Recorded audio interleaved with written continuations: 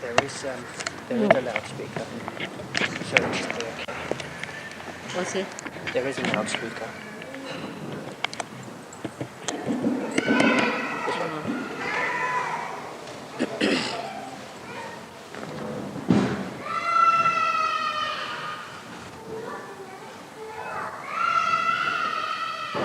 At the very outset, I would like to apologize for being so late today, but I realized that when something is very important from God's point of view, all the negative forces work out. Their plans, how to delay, how to put obstructions, how to bring hindrances, how to deviate. It's very surprising. And today, I think it would be best if I tell you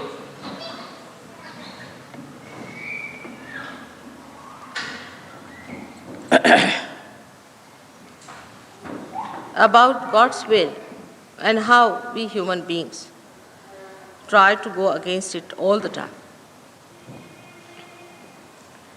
God's will is extremely simple. He is divine love. He is compassion. He is ocean of mercy. And in His mercy and in compassion, He created this world and then created human beings just to give them the highest thing in life, joy. Joy which is single thing. It does not have duality, like sorrow and happiness, like day and night.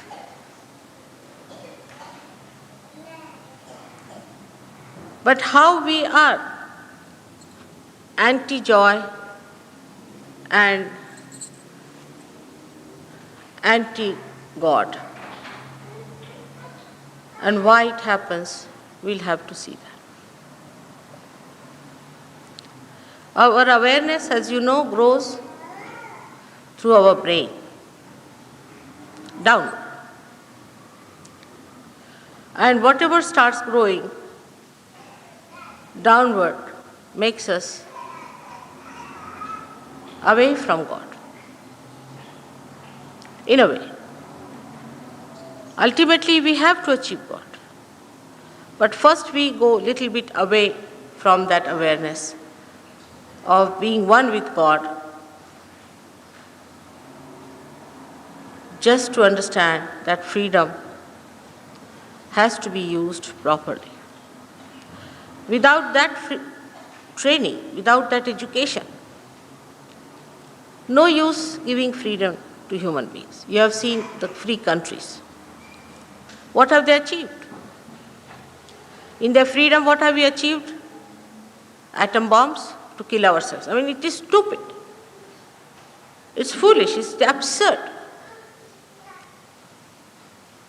But we have done it, and we are proud of it. And still we are busy how to make it even worse and worse for ourselves. This is how we move. The awareness that was our own, human awareness, was given to us for freedom, to be tested, to be experimented, to be seen. And then to have ultimate freedom, by which you become the Spirit. You have to become the Spirit ultimately. But as we start growing in our awareness, so-called, our concern is not for the Spirit. I would say like a tree which embeds itself into its roots. And the roots that we have are in the brain. And then we start growing upward, upward and upward, till the leaves are created, fruits are created, flowers are created. On the contrary, before reaching the fruit stage, what happens to us that we start creating artificial leaves and enjoying them. We take to artificiality. Once this identification of artificiality starts, we start going away from reality to negative thoughts or to over positive thoughts by which we make atom bombs and all that. So-called positive thoughts, which are actually anti-God. So there are two branches really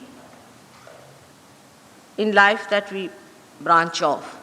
Some people like to go towards the left side of negative attitude, by which they injure themselves, trouble themselves, do all kinds of things by which they can die in the most miserable manner, get all kinds of diseases upon themselves, torture their body, torture everything that they have. And the another side is on the right-hand side, where they move to torture others, to destroy others, to overpower others. Both ways, we are away from God and His mercy and His grace. The concern should be throughout towards the Spirit. Then the movement is in the right direction. But this concern breaks up very easily in human beings because they are free to do it. In their ego, they just break it. The connection, they break it. So much so that when you develop artificial ways of enjoying life, then even the consciousness of God is lost. That He exists, that He has created us, that He is the one who is running the show.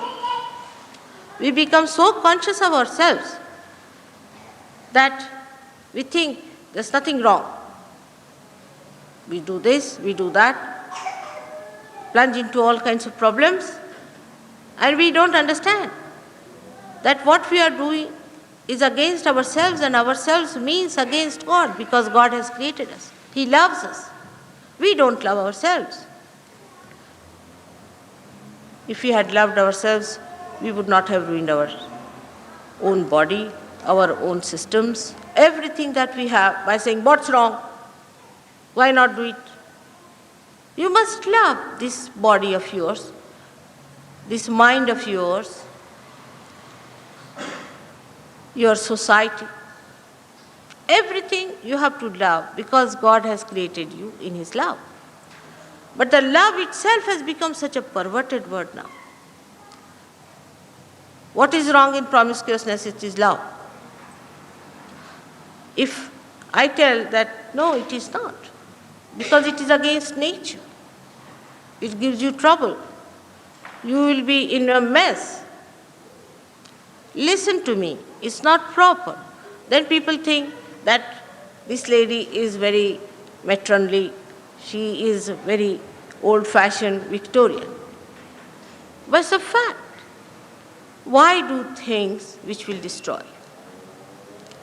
You can't create yourself, you can't even create a nose for yourself, leave alone the whole body. Then why should we be anti ourselves, first of all?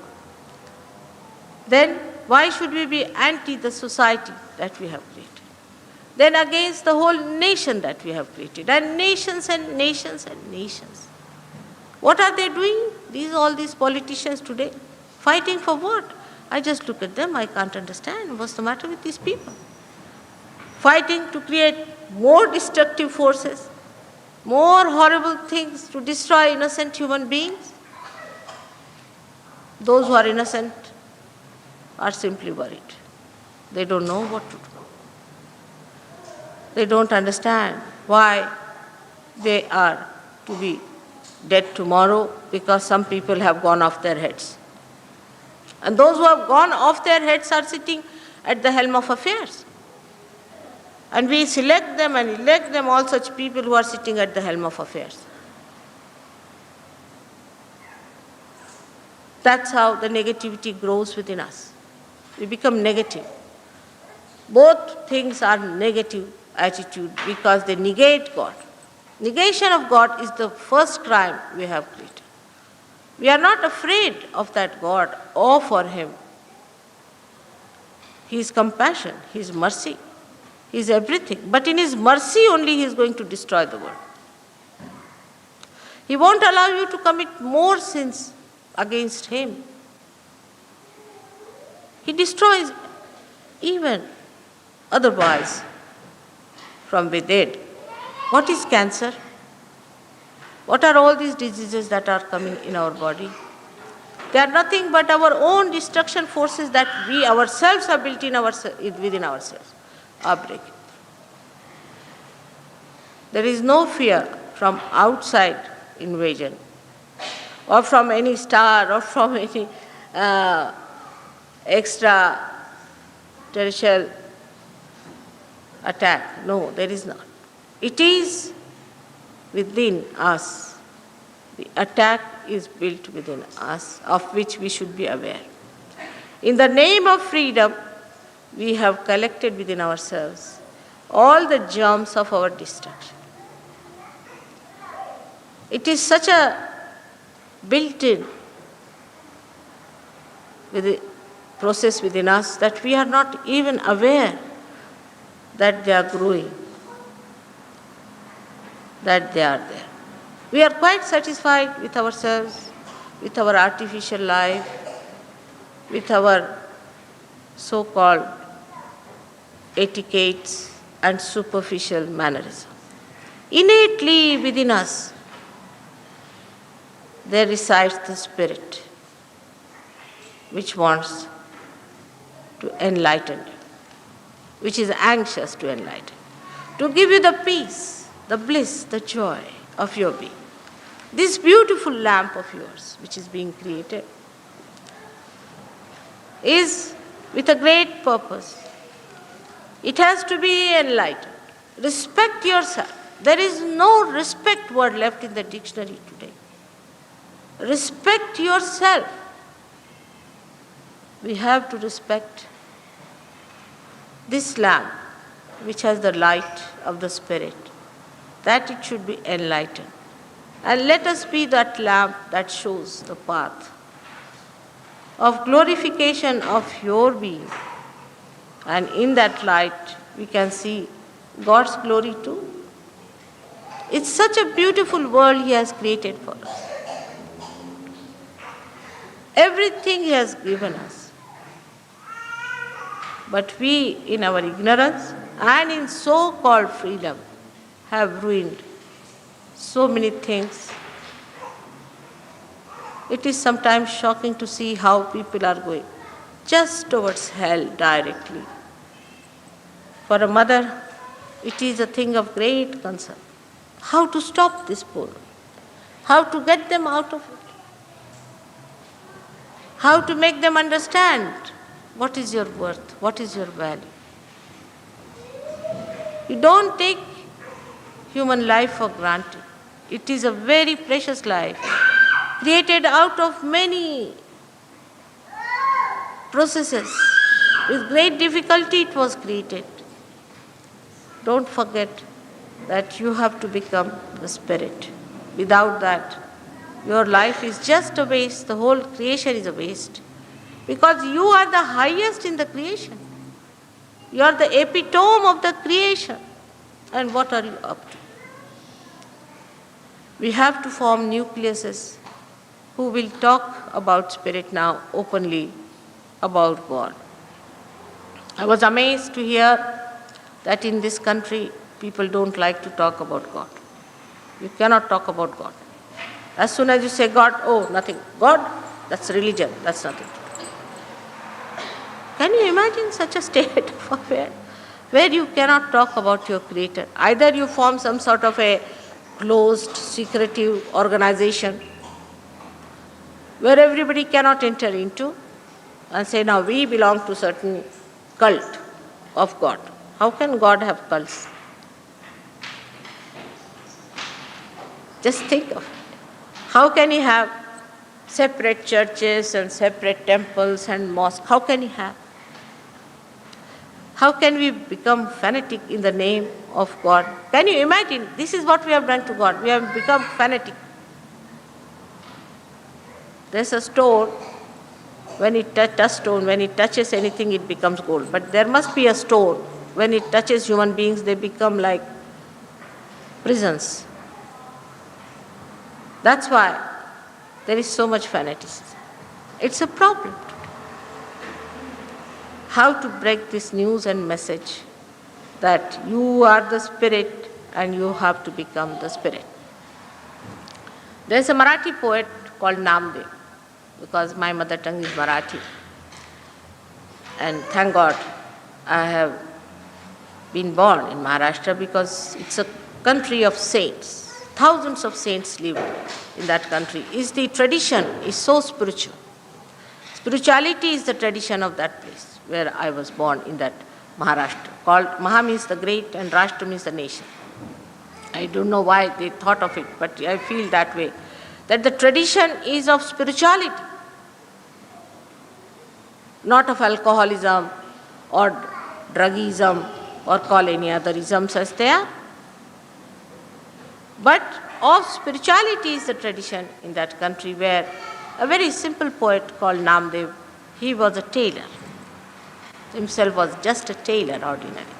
And he has written a very sweet poem, which I will just explain what he says. He says that a little boy is flying a kite in the sky. He's looking at the sky. He's talking to his friends. He's moving upward and downward. And he's discussing things here and there. But his attention is on the kite. Then he says a lady who is carrying her little baby is doing the work in the house. She's giving water to her husband. And she is also sitting down and cooking. Then she's getting up to wash something. The child is on her waist, resting. But her attention is all the time on the child. There's a lady who is walking with a pitcher of water on her head. She's walking with many other ladies. They are all walking together, laughing, smiling, young ladies, talking to each other and discussing things. But their attention is on their spirit. In the sense, it is on that pitcher of water. In the same way, though we have to lead a life here of other things, it is absurd that we do not have our attention on our spirit, which is the giver of joy, the ultimate in life. But as soon as you start talking about something like that, people think that it is something trash, not to be listened to. Most surprising. They want to hear the same mundane things again and again. You see, if it is a broadcast by, say, Conservative Party or Labour Party or another party or any other party, they'll listen to it for hours together. Such a mundane stuff, every year you hear that. But if somebody says that, no, this is all artificial, you have something much more within you, rise to that point. They think it is something, we have not come to hear all these things, what is this mother telling us? But now awaken and arise. On a different level we have to come to understand that what these people have done so far, and we have accepted it, we have taken it for granted all these years, has done no good to us. We have to rise above this to see there is beyond the horizon a star shining within us, and that is our spirit. People have talked about it, made another cult. Talk about God, made another cult. This time I saw one thing in the BBC, they showed a cult which says they are doing God's work. Doing God's work, and the ladies are tying up their thighs with thorns and things and hurting themselves, cutting their flesh. And the explanation is, just imagine in the name of God doing such horrible stuff. And the explanation is that you must have mortification. Why? Why should you have? Because Christ did it. Are you Christ? And that means Christ, whatever he did is waste. Little bit of yours was needed to add. Whatever he's done is more than sufficient, because he was the prince. And if a prince has to go through the mortification, it's a very great thing. Not for a beggar to go through the mortification. What is so great? He's already done it. He has worked for us. He's just to be enlightened within us.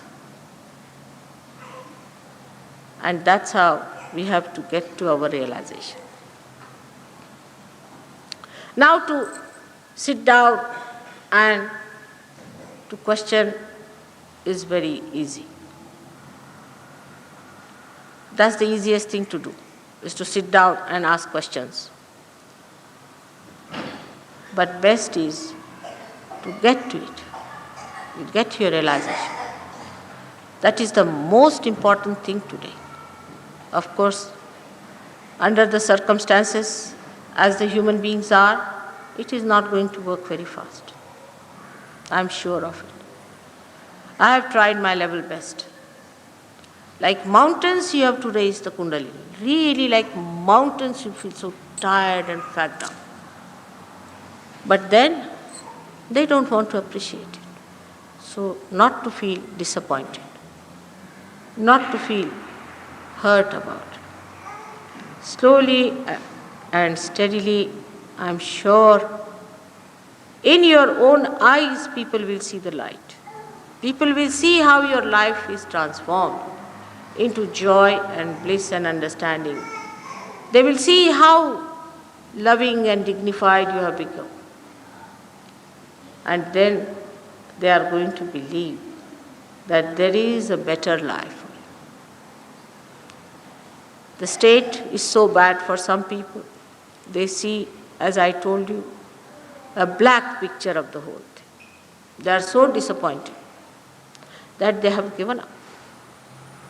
They have just given up. They say, now we've finished with it. We've done everything, now we don't want to do any more.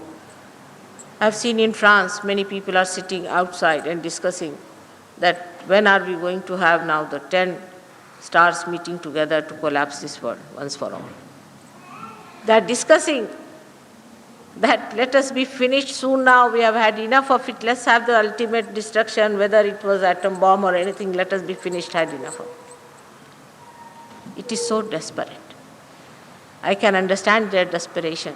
Those who are thinking about it, those who are concerned about it and bothered about it. No doubt, one would feel desperate.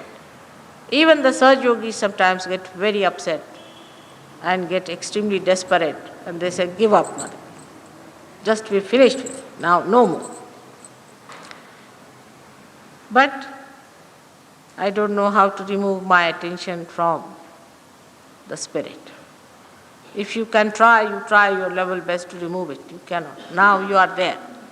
So whatever it is, till the last breath of your life, you will fight to save as many as possible. So all those Sahajogis who got very frustrated in certain endeavors, I have to say, you should not be frustrated. You have to keep your courage and understanding that if you have feeling for others and if you really show your concern to them, they will understand you and will be able to get more and more people saved, emancipated, and they will enter into the kingdom of God. As you are enjoying, they will also enjoy. Only snag in the enjoyment is that you feel that so many are still lost. Doesn't matter. That has to be made up. We have to work hard. We have to understand that there are negative forces which are pulling them down. They are ignorant. They do not know beyond this life resides the eternal life of beauty and glory. But gradually, I am sure it will work out. Especially for this meeting, they had lots of ups and downs, and the whole thing was very discouraging. But still, one must understand that God's work is blessed by God. He will render all His help, all His blessings on you to enrich you, to enable you to perform your divine duties. The time is passing. Very little time left now. It's running out. And that's why the desperation is more in people. This desperation itself has brought forth the advent of Sahajayoga on this earth.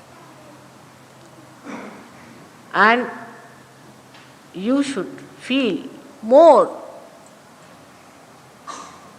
stronger to fight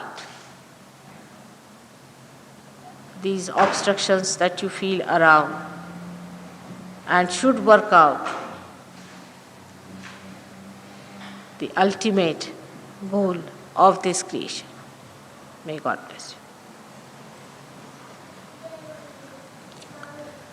you. I would request people to be seated now for a while, because we should try to get our realization now. One should have little time for oneself. There is no limit of time in Sahajayoga. Whenever the Kundalini has to rise, she rises. Maybe today, maybe tomorrow, maybe day after. Whenever you have to get your realization, it works out. Only thing is, we can expedite it. We can work harder to cleanse the path, to achieve it. But we must make a start now. And once it works out, then it is easy to handle it and to go further. I am sure John must have told you about the Kundalini. Moreover, you can take the books from here. There are little books published for the first people who are coming to Sahajayoga. It looks very complicated. It is not. Like the switch here, which can put all the lights to their enlightenment, in the same way there is a switch within you, which is called as the Kundalini. And all this machinery is not to be bothered about. Once you get your realization, the whole thing becomes very easy and you can get to it.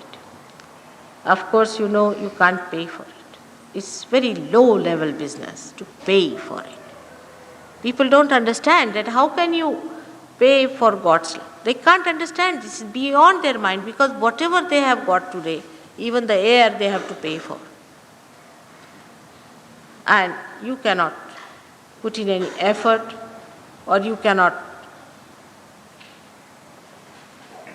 put in any pain or any troublesome things for yourself. Moreover, there is complete freedom for you. We cannot bind you by writing down a sort of your name in the ledger and then making you a member and giving you a member card. There is nothing like that in Sahajayoga is possible. You can see it very clearly, it is not possible. If you understand on what level I am talking. You are absolutely free to get your realization, absolutely free to move further with it. And even at that moment, if you want to leave, you are absolutely free to leave. There's nobody who is going to ask you to come back. It is your own desire, it is your own wish, and it is your free will that is going to be respected. So nobody should think that we have a membership like a cult has, or there is any fear that if we get out of Sahajayoga, then these people will catch hold of our necks and bring it back. So it is not so. It is a welcoming place, and also it has an exit door.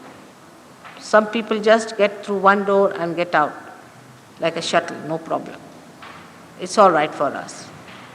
On the contrary, one feels relieved with such people, because if they cannot stick on, they cannot get to Sahaja. Like any tree, supposing if you embed it in the ground and start shifting from there, what will you do with such a tree? It cannot exist, it cannot grow. So it is your own understanding that you have to take to, your own wisdom. We cannot force Sahajayoga on anyone, and neither we want to. Nor Sahajayoga is going to fall at your feet and give you false ideas. Whatever it is, you see for yourself and receive the blessings of your spirit. Grow in it, understand it fully, and enjoy it. This kind of state never existed in human life before. It's a very new world I'm talking about. Wherever you go, you have to pay, and then God knows whether you enjoy it or not. But here, it is within you. It's all within you. It's there. Only thing is that you have to know yourself. Now, in an ego-oriented personality, there can be a question why mother should do it. It's a thankless job, I tell you. If you can do it, I'll be very thankful to you. It's really a thankless job in the sense that you feel so hurt when you work so hard on a person, give him realization, raise the kundalini, really work very, very hard, and then the person just turns out to be a criminal somewhere. You just don't know what to say.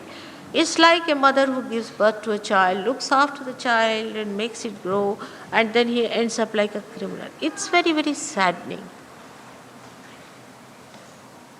But doesn't matter. Now, I started my Sahajayoga, as you know, with 6 people. For 4 years, I was laboring with 6 people in England, in London. You can imagine. Then we got the 7th one, and then the 8th one, then 2 ran away. So only 6 were left. You see, it was like the mathematical questions you get, where you say, a person came to work and he ran away second day. Then another came, ran away after 3rd day. Same thing. I used to wonder, how can there be work and how can the work be finished with these runaways? In Sahajayoga also we have such problems. But also you should know that there are people who have felt it, their own glory, and they have risen up to it and come up.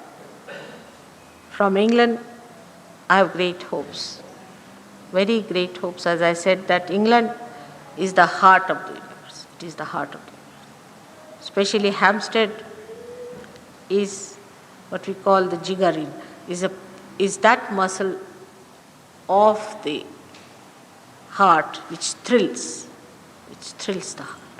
See, Hampstead is even much more important, which gives the thrills. And so I expect that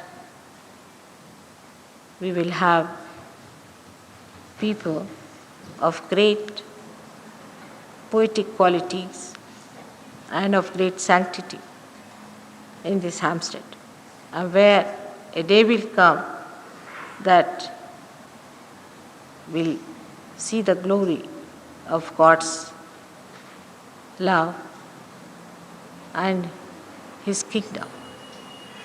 born in this Hampstead. To the people who do not know about England, the deeper side of it is just another country in Europe. To me, it is not. To me, it is very important.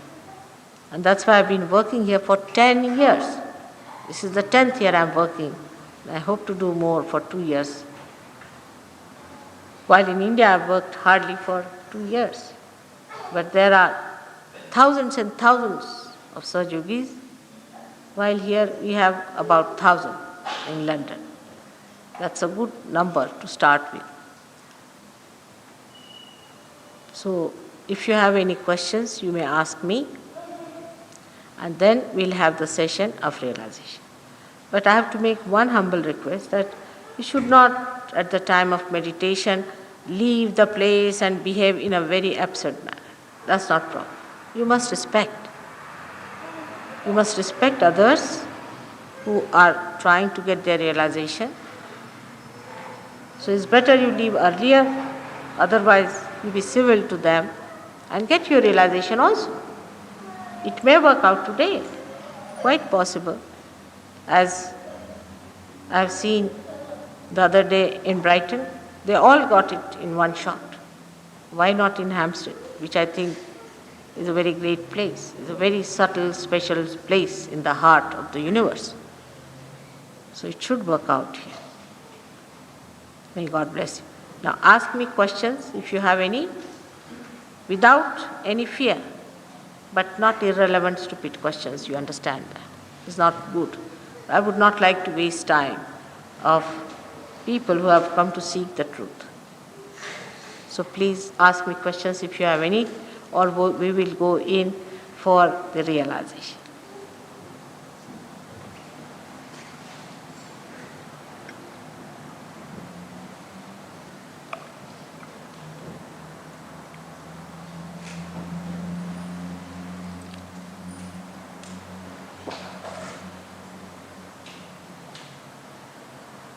No questions?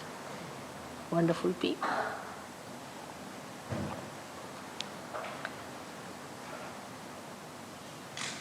No questions at all?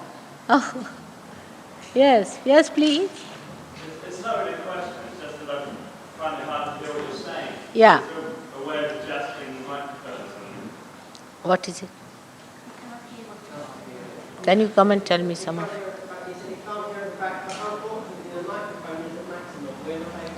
You can't hear? Huh? It seems to distort. This is not all right. What did he say? I didn't follow. You couldn't get any words to yourself. Did you say that? Same with me, I can't hear you. It's mutual, but doesn't matter. You see, even if you have not heard me, makes no difference. Nothing. Love has no language. And this divine power has no language. All right? Did you understand that much? Did you follow me? Even that? I am saying that love does not require any language. It is an all-pervading power, which is everywhere. And whatever may be the language, it makes no difference. It is a silent language which will work it out. I was surprised some of the Sahajogis who went to India were very silently meditating when I was speaking in Marathi or Hindi. And I was amazed how they were so attentive. They said, "Thank God we did not understand, Mother, what you were saying, so we were not putting our mind into it.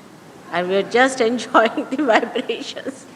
Isn't it surprising that they would sit for an hour or so just listening to me in some foreign language? All right. Doesn't matter. Right? What's wrong with your thing, you see? Acoustics are wrong. What's wrong? They can't hear me. The microphone is as loud as it can be, and I think there's probably a problem with the loudspeakers themselves. Unfortunately, we're not able to get to the controls. We can't get to the controls like we can at Caxton Hall. All right? At Caxton Hall, we get the controls, but here we can't. I think we can do something. Sorry for this, some sort of a mechanical problem. But doesn't matter. The mechanics in you are perfect. I don't know a word about this electricity business that you people have created. Not a word, I don't know how it works. But as far as your Kundalini is concerned, I'll work it out. There's no problem on that.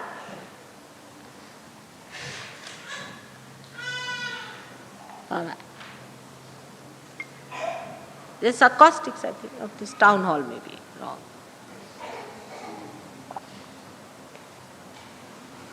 All right. Now what should I do if they can't hear me? Can you hear me now? The gentleman? All right. I think, Mataji, one of the things is that you have a soft voice, and at the end of the sentence, the voice disappears. With this. The word at the end of each sentence you say disappears because your voice is soft. Softens down. Yeah. My voice softens. At the end of when you make a point, Ah. the voice goes very soft and we don't hear the last word of a sentence. What about Sahajogis? You heard me fully? There's a little difference. I'll tell you, I must confess to you very humbly, that when a non-Sahajogi speaks to me, I find it difficult to understand. But if a Sahajogi speaks to me, it's easier. I must confess it's a little deficiency with me. That's why if anybody asks me a question, even in the first row, I'll ask some Sahajogi to tell me what's there. Because my ears are, I think, little bit not so all right. So it is with you people also maybe that once you get your realization, now the Sahajogis are sitting at the back and they can hear me every word. So there's something wrong with this voice of mine because it doesn't adjust to your ears for the frequencies, I think. Doesn't matter. It will work, all right? So, The only thing is it's difficult to understand if you don't hear. Don't hear. Are you saying it's not important to understand? No, it is important to understand, but not to think about it. Forget it. Forget it. Don't think too much. Whatever you don't have to understand, you better not understand. Because sometimes, talking becomes a barrier. And listening is another barrier. And then thinking is the worst. All right? So let us see how it works out. All right? Let us see how it works out within.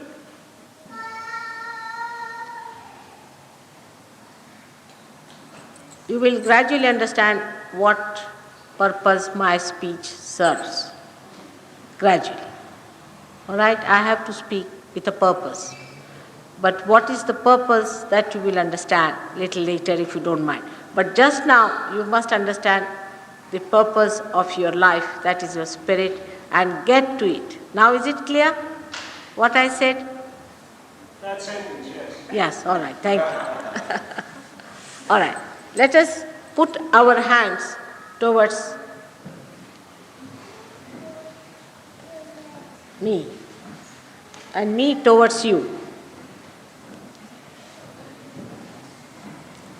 Now, I think you see this also slips out. See, I'm very bad at electrical things. I never know even how to open my radio. I'm so hopelessly bad. So if I'm making mistakes, you should not mind because I'm not so mechanical. I don't understand. So what you have to do is to be relaxed in the sense that don't put any strain on your neck or on your body, but sit straight and no strain on the neck at all. Neck we have strained too much, so leave it in the center. Not too much at the back, not too much in front, but keep it in the center because this neck has a problem. All right? Now you have to stretch your hands straight like this towards me.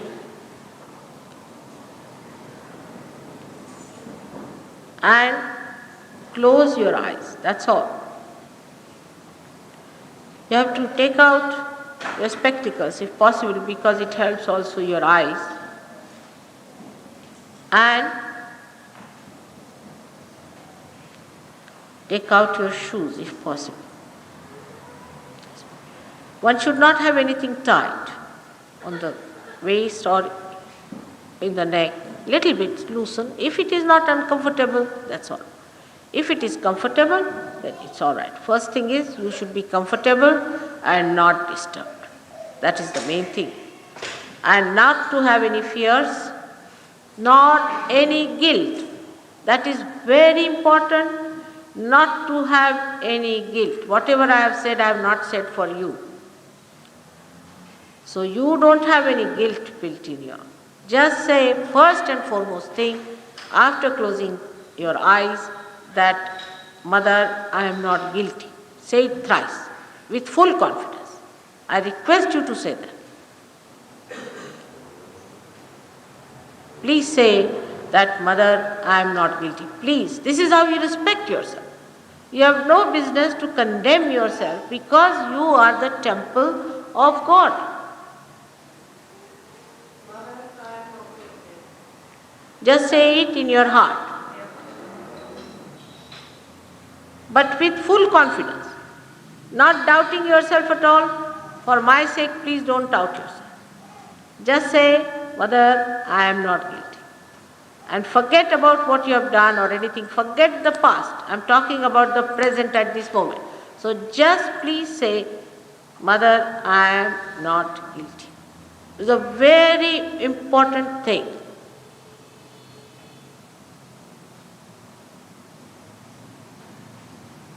Now keep your eyes shut, please don't open them.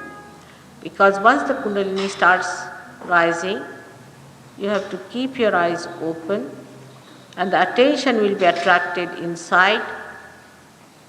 And after it reaches the Agya Chakra, then you will become thoughtlessly aware.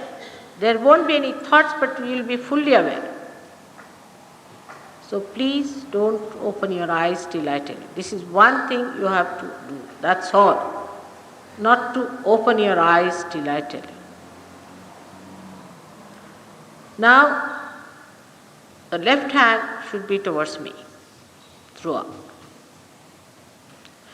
Left hand is symbolically indicative of your desire. And the right hand is your action.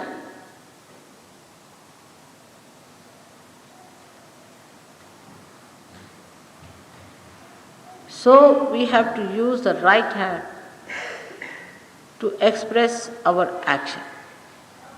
The first thing, as I told you, not to feel guilty. But I know you are all feeling still guilty because I can feel on your chakras. Now will you please again say it 3 times, otherwise you will be punished for 32 times or 64 times. That's the only punishment you have to have, is to say, Mother, I am not guilty.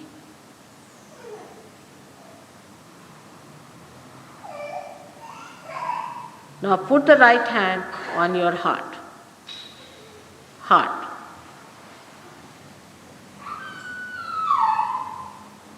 Here resides the Spirit, in the heart. So, with the left hand towards me, open towards me, you have to say, Mother, am I the Spirit? Ask a question, Mother, am I the Spirit?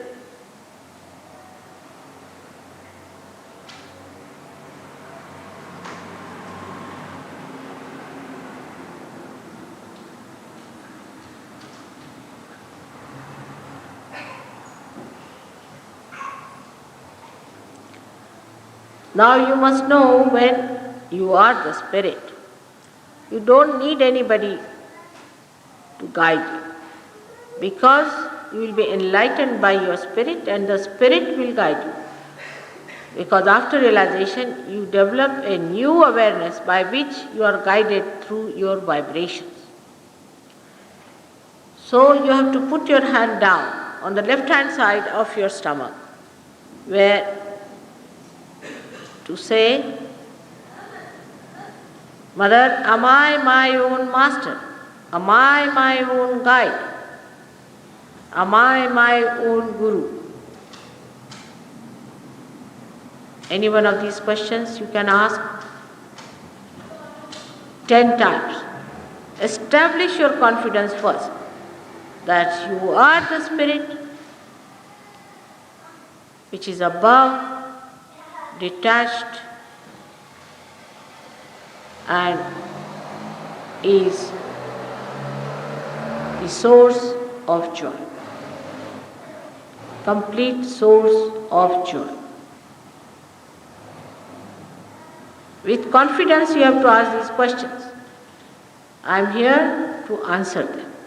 So please ask the question in your heart, saying, Mother, am I my own master? Am I my own guru?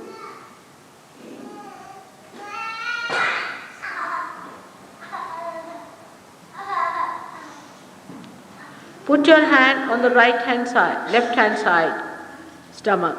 Here is the center for the establishment of your guru principle, your master principle. You are the master, as I say, of your body, of your mind, of your intellect. You are not to play into them, but you become the master.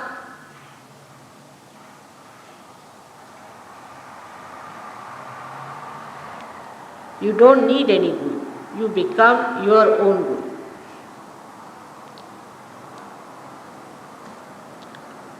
It's better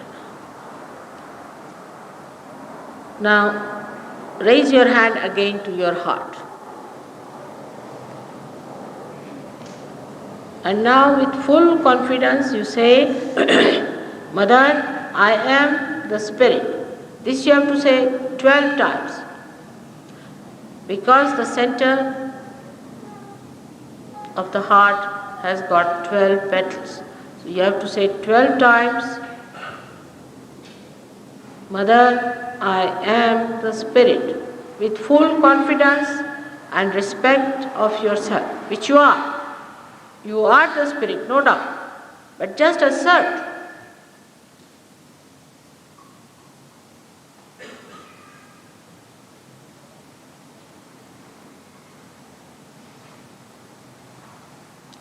That is how we are clearing our centers.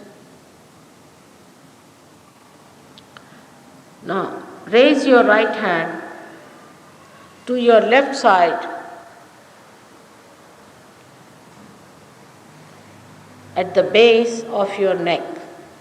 This is another center, which is get caught up when we feel guilty. Now, those who have said that I am the spirit, you must know that spirit can never be guilty of anything. It is a sinless, beautiful, brilliant diamond within you. It cannot get contaminated by any guilt. So you have to say now here 8 times, Mother, I am not guilty. For those who have always felt guilty can say 16 times.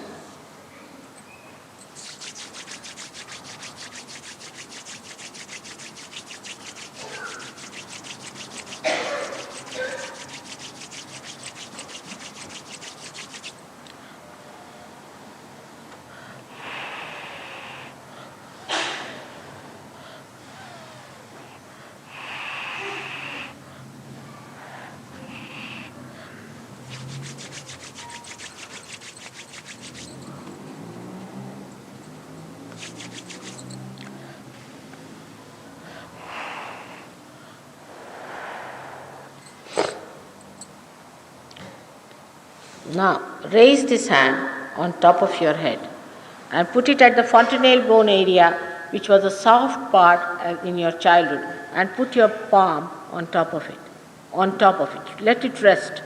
And now move the head in a clockwise manner, pressing it down with your palm. Just press it down and move it in a clockwise manner. If you do it from the sides, you will do it better. Hold it from the sides. Put your hand sideways, not from front. You do it better. And now turn it little bit pressing it down with your palm. Turn your hand, not your head.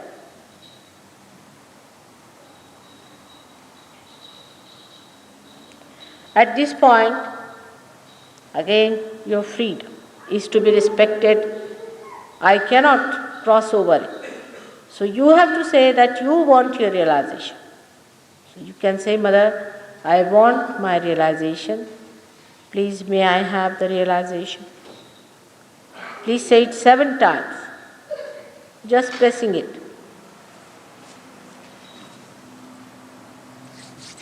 You must touch your head. It's all hot, you can see that. The heat is coming up.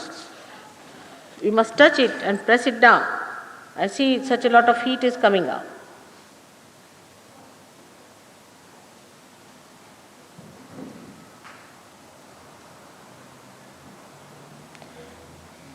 Now, 7 times you have to say. After that, you can raise your hand and see if there's a cool breeze coming in. This is the cool breeze of the Holy Ghost. So you can ask a question, Mother, is this the cool breeze of the Holy Ghost? Every one of you. You can change your hands now. You can use the left hand. Put the right hand towards me. Keep your eyes shut and ask the question, Mother, is this the breeze?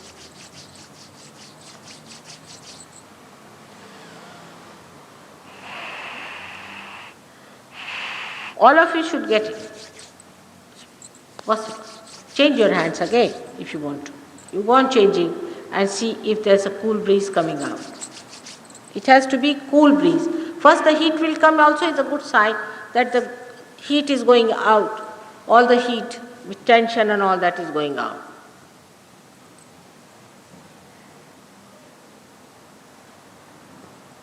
It's working out. It's very subtle. We are moving from gross awareness to a subtler awareness of the roots. So naturally, one has to pay attention to it. Little in front, it is not at the back of the head, but little bit in the front side. Try one after another and pay attention to it.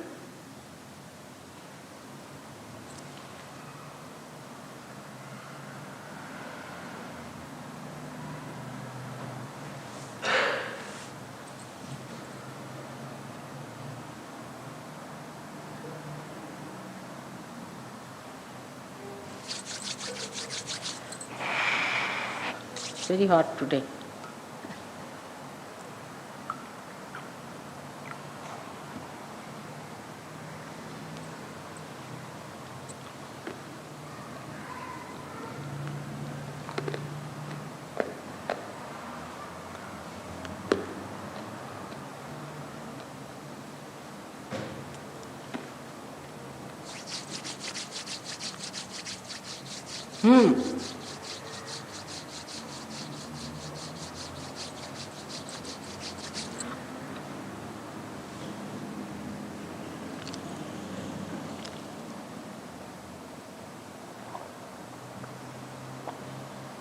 Now, without opening the eyes, again put back hands towards me, like this, and see if there's a cool breeze coming to your fingertips to begin with.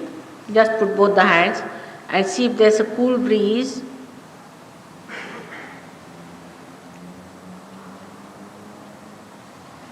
Ask again the question, is this the cool breeze of the Holy Ghost? Ask thrice. Means the Kundalini. Kundalini is the Holy Ghost. How is the lady? It's all right. Don't worry, she'll be all right. She'll be all right. Don't worry. Don't worry, she'll be all right. Don't worry, she'll be all right. She'll be all right.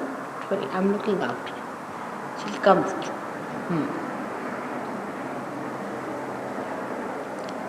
She'll be all right.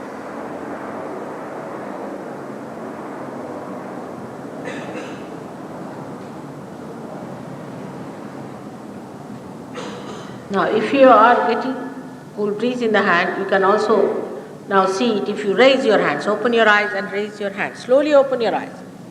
Slowly. Raise your hands like this. Like this. As much as you can stress, let's see.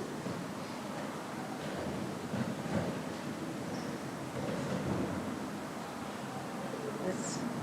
Are you feeling?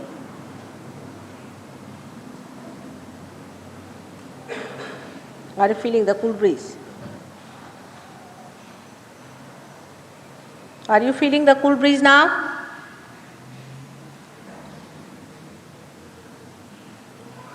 Those who are feeling should say yes. All right. Now just put your hands like that and see now if you are feeling the cool breeze.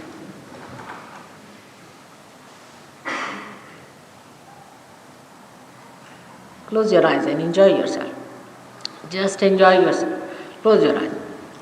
At this time, there are Sahajogis here who will help you to completely establish the experience and to see if there are any obstacles. So Sahajayogi should do it very carefully without talking and raise the Kundalini. If necessary in some people, don't talk to them, don't touch them, just start raising the Kundalini.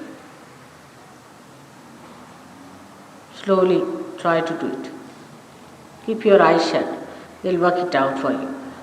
Now those who have come for the first time and have felt the cool breeze, raise your hands first of all. First time who have come and felt the cool breeze, raise your hands higher. Yeah, good. It's good. So, please put down. Did you see them? Can you work on them and see? No. And those who have not felt, please raise your hands. At all. The cool breeze. For the first time who have come and have not felt the cool breeze, raise your hand. Marcus, who's there? Has he felt the cool breeze there? Ellen, behind you, the gentleman who could not hear me. All right, then it's all right, it's done. Now just see the people who have not felt the cool breeze. Please raise your hands, please. It's one gentleman, this lady, this gentleman. He says,